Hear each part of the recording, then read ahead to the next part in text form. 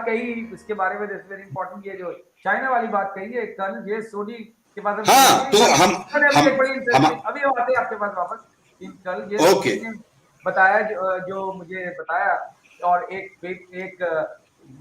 Defence journal का को site किया इन्होंने, जिसमें ये जिक्र है इस बात का कि हाउ चाइना प्लान कर रहा है नेक्स्ट 50 इयर्स में जो कितनी वॉर्स लड़ना है उसको, उसमें एक मेजर वॉर है विद इंडिया, और उसमें ये भी इस आर्टिकल में है कि पाकिस्तान और चाइना मिलकर के 2 फ्रंट्स खोल देंगे इंडिया में। कल जय सोनी। जय हिंद शरद जी, ये मेरा सौभाग्य है कि मैं आपके चैनल पे हूं और विख्यात को पैनलिस्ट के साथ हूं। 8 जुलाई 2013 को विन वी पू, जो कि चीनी सरकार का एक अखबार है और हांगकांग से प्रकाशित होता है, उसमें एक लेख छपा था जिसका शीर्षक था 6 जंग जो चीन अगले 50 साल में लड़ेगा। उसमें एक जंग लिखी गई है कि 2035 में पाकिस्तान भारत पे हमला करेगा जम्मू कश्मीर के लिए, और उसी वक्त चीन हमला करेगा भारत के ऊपर अरुणाचल प्रदेश के लिए। और हालांकि चीन हमारा दुश्मन नेशन है, लेकिन उसकी एक खासियत है, वो जो भी दशकों आगे प्लान करता है वो पब्लिक डोमेन में डाल देता है, क्योंकि उसकी comprehensive national security strategy public domain में है।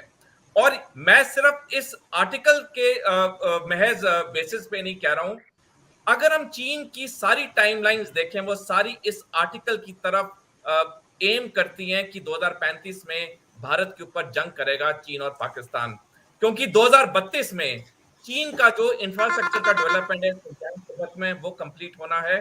2027 में चीनी सेना की मॉडर्नाइजेशन कंप्लीट होनी है, और कुछ दिन पहले ही जो हम दशकों से सुनते आ रहे थे स्ट्रिंग ऑफ पर्ल्स की चीन हमें समुद्री रास्ते से घेरने की तैयारी कर रहा है, उसकी प्लानिंग कंप्लीट हो चुकी है, क्योंकि ग्वादर पाकिस्तान में चीन के कब्जे में है, हम्बनटोटा श्रीलंका में चीन के कब्जे में, और कुछ दिन पहले ही चीन ने बांग्लादेश में कॉक्स बाजार नौसेना अड्डा बनाया है। यानी कि जो मैं कह रहा था कि चीन जो भी दशकों आगे प्लानिंग करता है पब्लिक डोमेन में डालता है और उसकी तरह वो काम करता है। और अगर हम 2 साल पहले जाएं, 2021 ऑनवर्ड्स पाकिस्तानी सेना के अफसर चीन के वेस्टर्न थिएटर कमांड में पोस्ट होने शुरू हो गए हैं। जो बाकी फौजी मेरे साथ हैं वो एग्री करेंगे कि विदेशी सेना के अफसर जवान ट्रेनिंग के लिए आते हैं दूसरे देश में, कॉन्फ्रेंसेस के लिए आते हैं, लेकिन कभी भी उनके हेडक्वार्टर में पोस्ट नहीं होते हैं।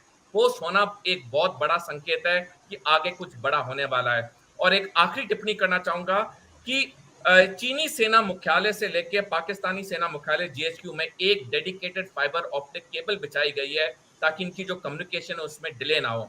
अभी शरद जी, अगर हम इन सारी बिंदुओं को जोड़ें तो भारत के पास महज 12 साल का समय है। 12 साल में अगर हम ऐसे एक्सपेरिमेंट करते रहेंगे, मेरी राय में तो ये उचित नहीं है। हमें ये 12 साल इस्तेमाल करने चाहिए। जो एग्जिस्टिंग हमारे सिस्टम्स हैं वो ऑलरेडी फूल प्रूफ हैं।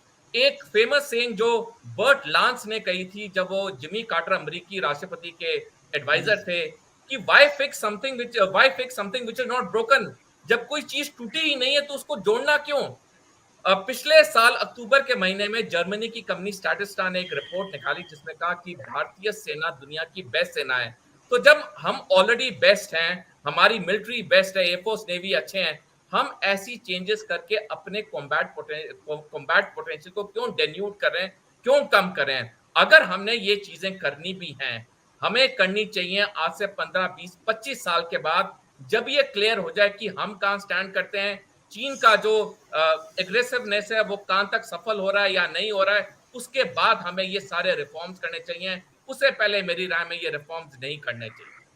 सत्य हिंदी का ऐप डाउनलोड करें गूगल प्ले स्टोर पर।